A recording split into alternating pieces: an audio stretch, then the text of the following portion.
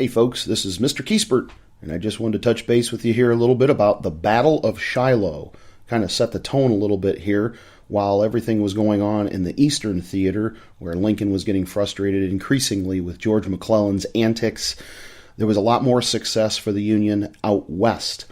Ulysses S. Grant was the general of the forces out west, and he was making his way towards claiming the second part of Winfield Scott's plan, which was to divide the Confederacy at the Mississippi River.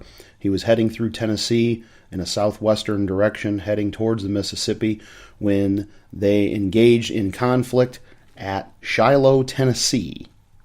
The Union desperately needed to win at Shiloh in order to break through the Confederate forces on their way to the Mississippi.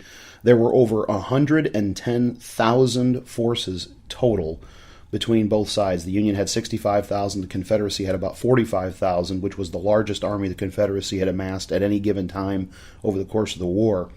This was a 2-day-long battle that produced over 23,000 casualties, and it was one of the bloodiest battles in American history. The battle, which took place in April of 1862, pitted Union General Ulysses S. Grant against Confederate General Albert Sidney Johnston. Well, in the very first day of fighting, Johnston was hit and killed in battle and was replaced by General P.G.T. Beauregard, who continued fighting against Grant's forces. However, Grant's superior forces were able to defeat the Confederates at the Battle of Shiloh in Shiloh, Tennessee.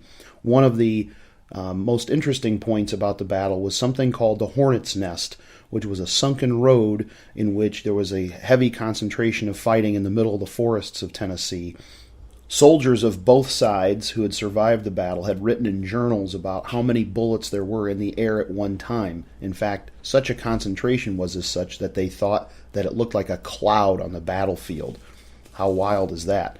Another thing is that so many bodies were littered on the battlefield, in particular on the sunken road known as the Hornet's Nest, that General Grant commented that one could walk from one side of the battlefield to the other without a foot touching the ground. That's pretty disgusting, but that also tells about the brutality of the Battle of Shiloh. The Battle of Shiloh was a win for the Union, opened the door up for the Union troops to continue their march to the southwest towards the Mississippi River for the goal of achieving control of the Mississippi River and Part 2 of Winfield Scott's battle plan.